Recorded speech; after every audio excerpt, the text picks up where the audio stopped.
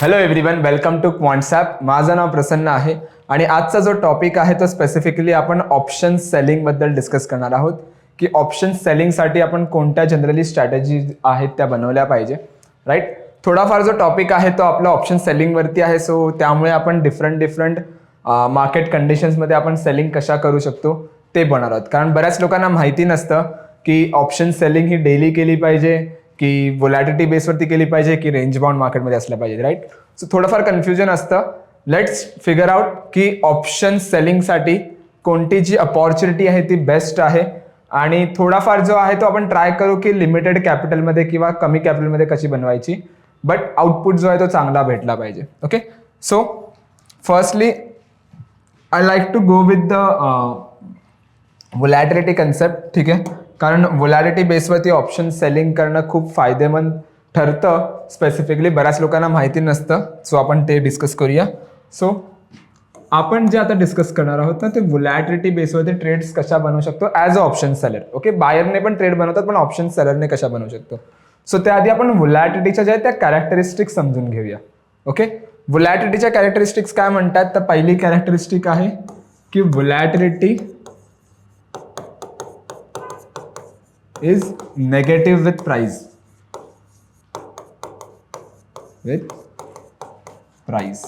Okay, that means what, जे पण स्टॉकच्या प्राइजेस इंडेक्सच्या प्राइजेस आहेत त्यासोबत व्होलॅटिलिटी जी असते ती नेगेटिव्ह असते. ओके, दॅट मीन्स व्हॉट की जेव्हा जेव्हा व्होलॅटिलिटी आणि प्राइसचं जर मी एक बघितलं ना की जेव्हा जेव्हा व्होलॅटिलिटी जी वाढते तेव्हा प्राइस जे आहेत ते पडण्याचे चान्सेस जास्त असतात. ऑलमोस्ट मी बघितलं 75-80% ऑफ द टाइम जर तुम्ही बघितलात ना तर प्राइस जी आहे जेव्हा पण व्होलॅटिलिटी वाढते तेव्हा प्राइजेस आहेत ते पडण्याचे चान्सेस जास्त असतात. कारण एक दर्शवतं की मार्केटमध्ये किती फिअर आहे. पण तेच जर तुम्ही स्टॉक्सच्या ऐवजी कमॉडिटीज सोबत बघितलात तर व्होलॅटिलिटी जेव्हा पण वाढते तेव्हा कमॉडिटीज जी आहे ते शूट करतात वरच्या साईडला. Right, so volatility is positive for commodities but it's negative for the stocks. Okay, ही एक पहिली कॅरेक्टरिस्टिक आहे. Now understand the second characteristic is volatility is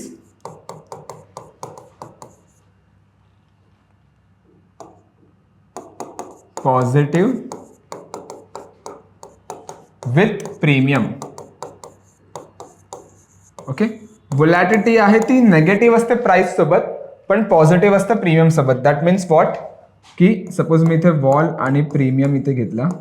okay, की जेव्हा जेव्हा व्होलॅटिलिटी आहे ती वाढते तेव्हा तेव्हा प्रीमियम्स वाढतात आणि जेव्हा व्होलॅटिलिटी आहे ती खाली पडते तेव्हा तेव्हा प्रीमियम्स खाली पडतात.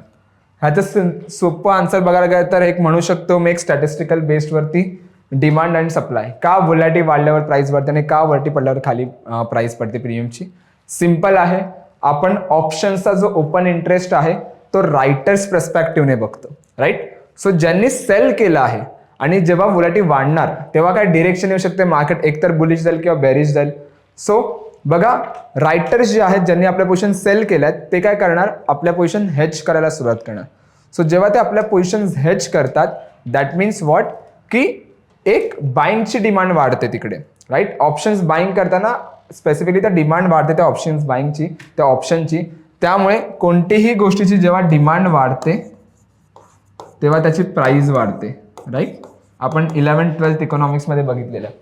राईट, सेकंडली जेव्हा आपण लोअर व्होलॅटिलिटी एन्व्हायरमेंटमध्ये असतो तेव्हा काय होतं की प्राइजेस जे आहेत ते जास्त मोमेंटम देण्याचे चान्सेस नसतात, फ्लक्च्युएशन जास्त नसतात मार्केटमध्ये. सो जास्तीत जास्त लोक सेलिंग करतात. सो जेव्हा जास्त लोक सेलिंग करतात तेव्हा सप्लाय जो आहे तो ऑप्शनचा वाढतो. सो जेव्हा पण सप्लाय वाढतं तेव्हा प्राइस जी आहे ती खाली पडते. त्यामुळे जेव्हा पण व्होलॅटिलिटी खाली असते तेव्हा प्राइस खाली असते प्रीमियमची. डिमांड सप्लाय सिंपल लॉजिक आहे. बरीच लोक याला फिअर सोबत कम्पेअर करतात, ते पण बरोबर आहे. दोन्ही गोष्टी बघायला तर इट्स असं नाही की हे चुकीचं हे बरोबर आहे, दोन्ही गोष्टी बरोबर आहेत की फिअर जास्त असतं त्यामुळे सेलर जो आहे तो जास्त पैसे मागत असतात, which is fine. Okay, now third जर मी ह्याचा एक कॅरेक्टरिस्टिक्स बघायला गेलो व्होलॅटिलिटीची ती आहे मीन रिव्हर्टिंग. ओके, सो व्होलॅटिलिटी काही अशी मोमेंटम देते. ओके, सपोज जर मी इथे मीन पकडला तर बघा एक टॉप क्रिएट करते, पुन्हा मीनकडे येते, पुन्हा टॉप क्रिएट करते, मीनकडे येते, बॉटम क्रिएट करते, मीनकडे येते. ओके, सो मीन रिव्हर्टिंग कॅरेक्टरिस्टिक आहे ती व्होलॅटिलिटीमध्ये असते. ओके, आणि अजून एक ह्याच्यामध्ये कॅरेक्टरिस्टिक आहे व्होलॅटिलिटीची ती म्हणजे की जेव्हा पण व्होलॅटिलिटी एक टॉप क्रिएट करते तेव्हा एक क्विक फॉल मार्केटमध्ये बघायला मिळतो. ओके, एक क्विक फॉल. पण जेव्हा ते लोअर एंडला असते तेव्हा खूप टाइम स्पेंड करते व्होलॅटिलिटी. यू कॅन सी एक खूप टाइम स्पेंड करते. सो हा एक कॅरेक्टरिस्टिक्स आहे. ओके, नाव आता ह्याच्यावरती आपण ट्रेड्स कशा बनवू शकतो. Logic is simple. बघा, जेव्हा आपण व्होलॅटिलिटी वाढली असणार तेव्हा मी काय करणार, मी तेव्हा जाऊन स्पेसिफिकली कॉल आणि पुट ऑप्शन जाऊन विकणार. ओके, सो जनरली मी आता जर मी स्ट्रॅटेजीचा पार्ट कव्हर करायला गेलो तर थोडं हे मी वरती घेतो. ओके, सो इथे जर मी स्ट्रॅटेजीज बद्दल सांगायचं म्हटलं, ओके, सो इथे आपण जनरली ट्राय करणार to go with the straddles. Okay,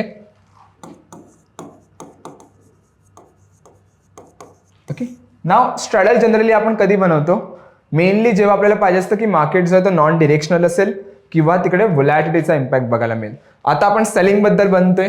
so selling as a seller जर मी बघायला गेलो तर मला बेनिफिट कधी भेटणार, प्रॉफिट कधी मिळणार, जेव्हा माझा प्रीमियम ड्रॉप होणार तेव्हा.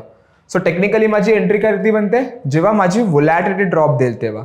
राईट, सो सिम्पल मी काय करणार, इथे जाऊन एटीएम कॉल आणि पुट जो आहे तो सेल करणार.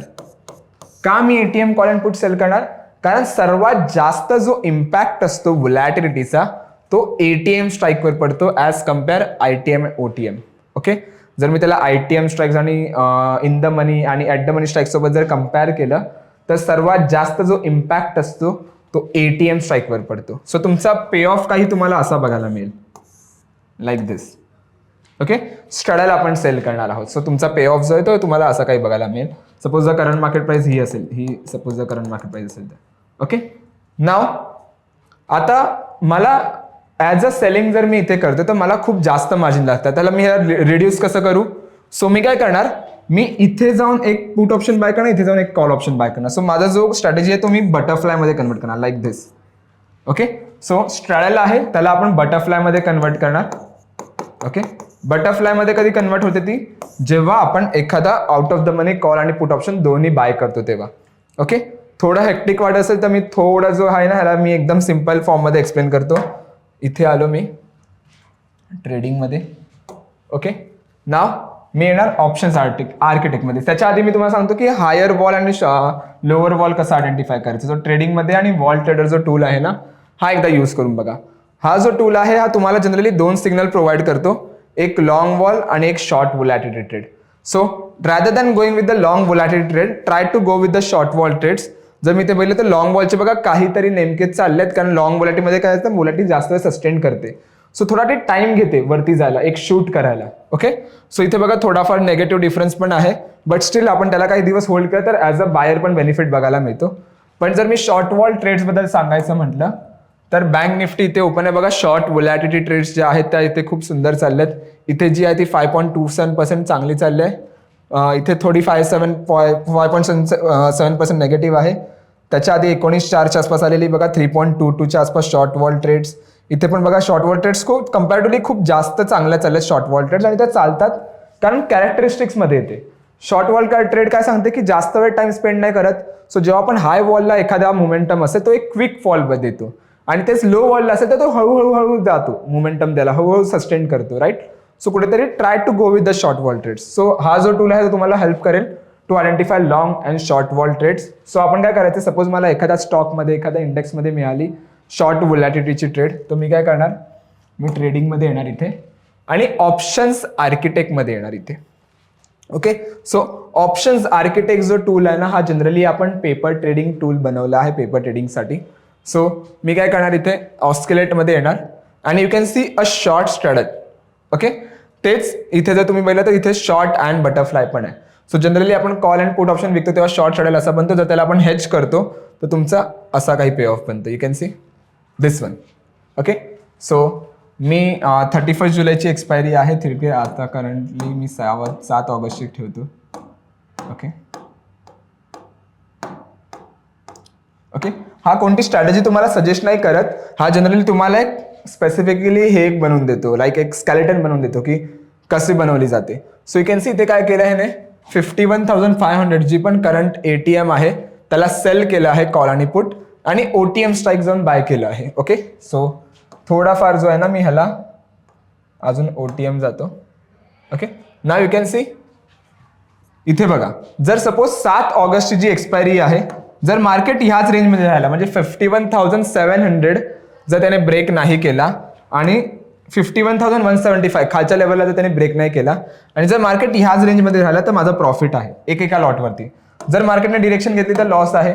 ओके, ह्याला आपण मल्टिपल बाय 10 लॉट्स करू. Okay, now you can C जर सपोज मार्केट ह्याच लेवलला राहिला एकाच लेवलला 525च्या आसपास 7 ऑगस्टला तर माझा प्रॉफिट आहे 25,650. जर डिरेक्शन घेतली तर माझा लॉस किती आहे बघा, ओनली 600. राईट, कितीही मोठा मोमेंटम येऊ दे. राईट, जर इथे गेला मार्केट थोडाफार वरच्या साईडला गेला ह्या डिरेक्शनच्या आसपास, ठीक आहे ठीक आहे, इथे 25,650 आहे. सो कुठेतरी जो आहे ना तो तुम्हाला एक प्रॉपरली तुम्हाला इथे बघायला मिळेल. यू कॅन सी 51,350ला एक्सपायर झाला तरी 6,900चा प्रॉफिट आहे एक्सपायरी पर्यंत आणि एक चांगला प्रॉफिट तुम्हाला एक बघायला गेलो तर 51,525ला मिळतोय आणि जर मार्केटने डिरेक्शन घेतली तर मॅक्झिमम लॉस बघा तुम्हाला इथे बघायला मिळतो. सो ही जी स्ट्रॅटेजी आहे ना तुमची, ही मॅक्झिमम तुम्हाला आउटपुट द्यायला बेटर करेल जेव्हा मार्केट साईडवेज असेल तेव्हा. आणि ऑप्शन सेलिंगला आपण ट्रेस ट्राय करतो की मार्केट साईडवेज असला पाहिजे आणि तेच जर मला एखादी शॉर्ट वॉल ट्रेड मिळाली तर मला आता खूप बेनिफिट आहेच याचा. Okay, suppose by any chance direction आली तर मला माहिती इथे माझा जो लॉस आहे तो इथे. सपोज जर आय व्ही माझे वाढले तर आय व्ही वाढल्यामुळे किती लॉस होणार आहे ते पण बघायला मिळेल. बट टिल एक्सपायरी जर मी ह्याला होल्ड करतोय तर माझा प्रॉफिट तो आहे तो तेवढाच आहे. त्या दिवशी तुम्हाला लॉस बघायला मिळेल ज्या दिवशी आपण एखादी वोलॅटिलिटी स्पाइकअप झाली तर.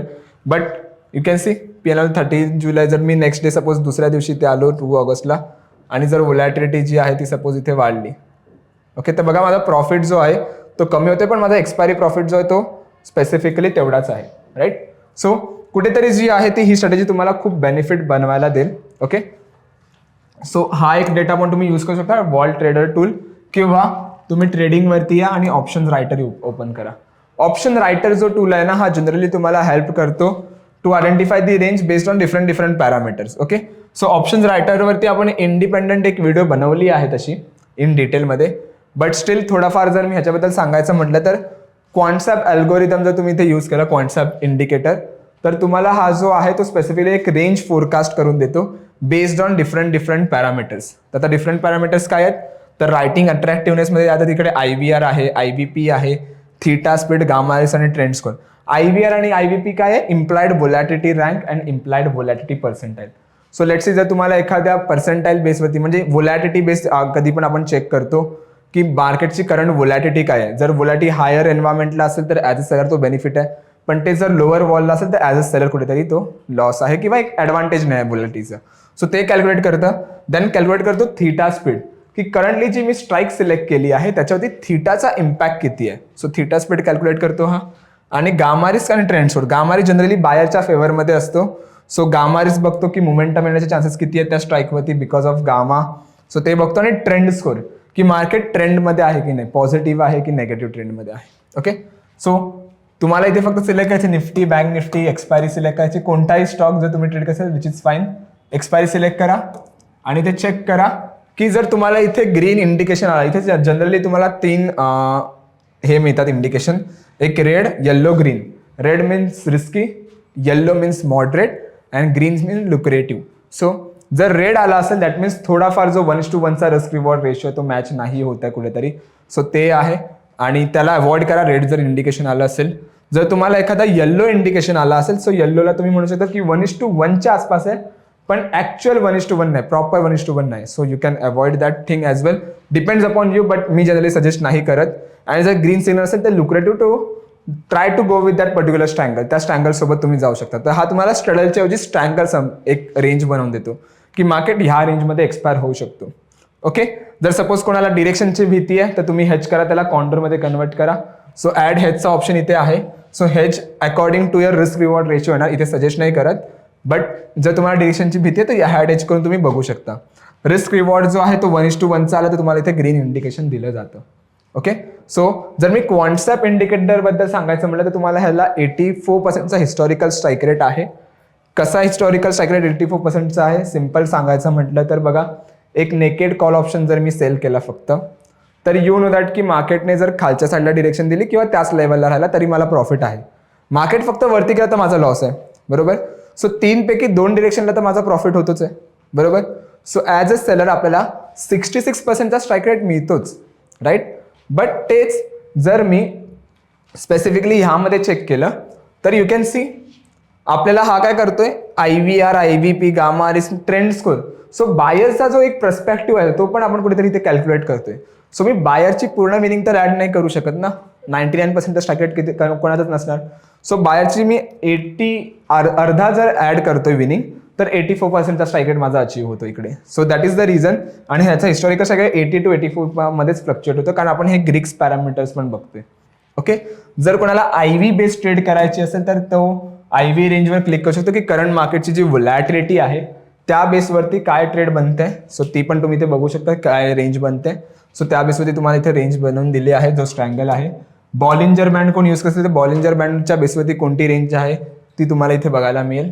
Z score is basically a standard deviation form आहे. सो स्टँडर्ड डिव्हिएशनच्या बेसवरती जो झेड स्कोर निघून होतो तो तुम्हाला जर बघायचा असेल तर you can go with the same Z score. आणि एक आहे स्ट्रॅडल रेंज, की जेवढी मी प्रीमियम घेतोय करंट ATM मार्केटमध्ये जो प्रीमियम चालू आहे त्या बेसवरती कोणती रेंज बनते. सो इथे बघायला मिळेल. सो सजेस्टेड आहे try to go with the concept indicator. Condor सांगायला बघायला मिळतो इथे. आणि try to go with the hedge if you fear of the direction, जर तुम्हाला डिरेक्शनची फिअर आहे तर. Okay. So that's it for the today guys, की ऑप्शन सेलिंगसाठी जनरली आपण कशा ट्रेड्स बनवायच्या ते आपण आज इथे बघितलं. सेकंडली, ज्यांनी कोणी अजून ॲप्लिकेशन डाउनलोड नाही केलं आहे, लिंक डिस्क्रिप्शनमध्ये आहे. 25 फ्री टूल्स आहेत, तर जाऊन लगेच डाउनलोड करा.